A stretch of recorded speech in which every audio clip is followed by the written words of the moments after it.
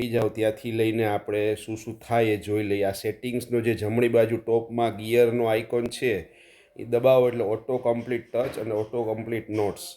એનો શું ઉપયોગ છે તો કે તમે ઇસ્યુ આઇટમમાં જાઓ, બરાબર છે, તો તમે ટચમાં તમે કંઈક લખો ને તો આવી રીતે આમ ડ્રોપ ડાઉન આવી જાય ને એ ઓટો કમ્પ્લીટ કે આમાંથી તમારે આમ સિલેક્ટ ન કરવું પડે.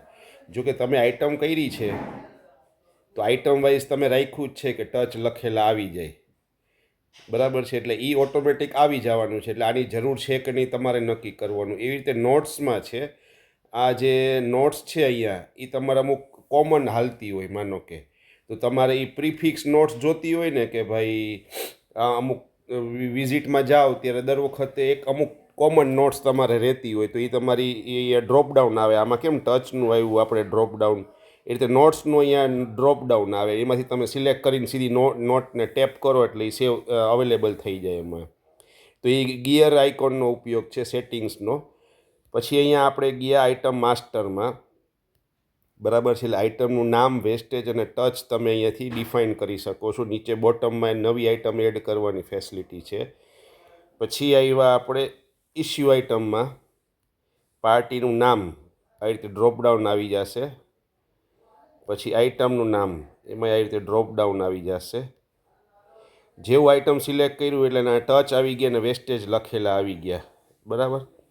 તમે એના 200 ગ્રામ કર્યું એટલે આ ટચ અને આ વેસ્ટેજ પ્રમાણે એનું ફાઇન અહીંયા લખેલું બતાવી દીધું.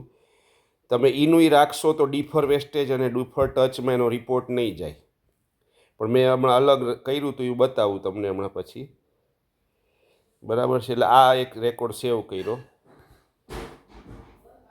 પછી આ તમારે આઇટમ લેવાની આવશે કે નહીં મને કહેજો. રિસીવ આઇટમ અત્યારે આપણે હેન્ડલ નથી કર્યું, બરાબર છે, ઇસ્યુ આઇટમ કર્યું છે. તો તમે કરંટ સ્ટોક જોશો તો તમારે કઈ આઇટમ, એનું કેટલું ગ્રોસ છે, કેટલા ટચવાળી છે ને એનું ફાઇન શું થાય તમને આખો રિપોર્ટ અહીંયા આપણે ક્રિએટ કરશું. પછી લેજર છે. લેજરમાં એક રીત એવી છે કે ઇસ્યુ રિસીવ મિક્સમાં આવે. જો અહીંયા ઇસ્યુ પછી રિસીવ પછી પાછા ઇસ્યુ છે, ડેટ વાઇઝ આવે આ રેકોર્ડ્સ, બરાબર. મોટે ભાગે આવા લેજરની જરૂર હોય, પણ ઘણા લોકો એવું માગે કે બધું ઇસ્યુ પહેલાં આવે અને ઇસ્યુ બધું પૂરું થાય ને પછી રિસીવવાળા ટ્રાન્ઝેક્શન આવે ઉપર નીચે. તો આ આપણે એવી રીતે લેજર 3 એવી રીતે રાખ્યું છે.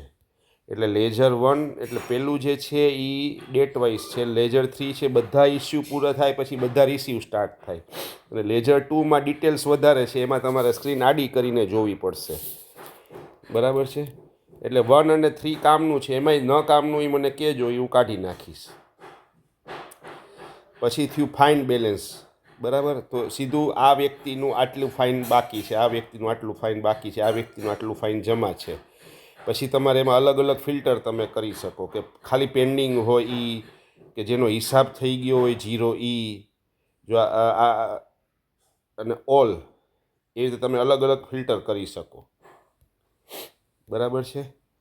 પછી ટચ વાઇઝ બેલેન્સ, આ પાર્ટીનું 92નું આટલું કામ થયું, 75નું આટલું કામ થયું, 100નું આટલું કામ થયું, 92 50નું આટલું કામ થયું, એવી રીતે ટચ વાઇઝ. પછી ટ્રીપ વાઇઝ સેલ્સ, એક ટ્રીપને આપણે ડેટ રાખી છે, માનો કે 1 નવેમ્બરથી અત્યારે આજની ડેટ કરીએ, બરાબર છે. એપ્લાય ફિલ્ટર કર્યું એટલે એ ટ્રીપના બધા ડેટા આવી જશે કે આ આઈટમ આટલા એમાઉન્ટની વેચાણી, આ આઈટમ આટલી, આ આઈટમ આટલી, આ આઈટમ આટલી, એવી રીતે. તમારે કઈ રીતે શોર્ટિંગ જોઈ છે, આઈટમના નામ વાઇઝ જોઈ છે કે સૌથી વધારે જે વેચાણી હોય એના વાઇઝ જોઈ છે. સૌથી વધારે એમાઉન્ટવાળું ઉપર જોતું હોય તો ડિસેન્ડિંગ રાખવાનું, અને ઓછી એમાઉન્ટવાળું ઉપર જોતું હોય તો એસેન્ડિંગ રાખવાનું.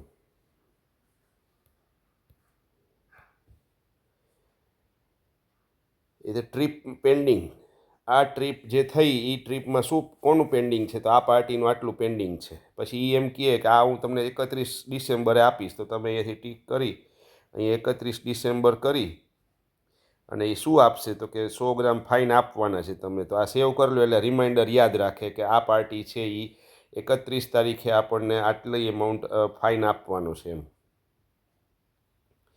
ટ્રીપ પેન્ડિંગમાં આપણે અહીંયા રિમાઇન્ડર રાખ્યું છે. પછી આવ્યું ડિફર વેસ્ટેજ. એટલે જો આ બુટ્ટીનું 3.8 ડિફોલ્ટ વેસ્ટેજ રાખ્યું છે એને બદલે 4 લીધા હોય તો ડિફરન્ટ વેસ્ટેજ લીધા તમે બુટ્ટીમાં જે લખ્યા છે એના કરતાં, તો એ રિપોર્ટમાં આવશે. 3.8ના 3.8 જ લીધા હોય ને તો એ રિપોર્ટમાં નહીં આવે.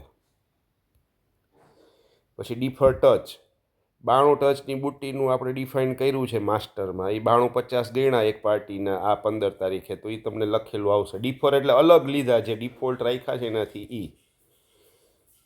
પછી આ રેટ કટનું છે, આ પાર્ટીનું આ તારીખે 100 ગ્રામ ફાઇનનો ભાવ કપાયો. કેટલો ભાવ ગણ્યો? 1 લાખ રૂપિયા. તો 10 લાખ રૂપિયાનું ભાવ કટની એન્ટ્રી પડી જશે. અને કાંઈ નોટ લખવી તો એ આ રીતે છે. ફીડબેક આપજો.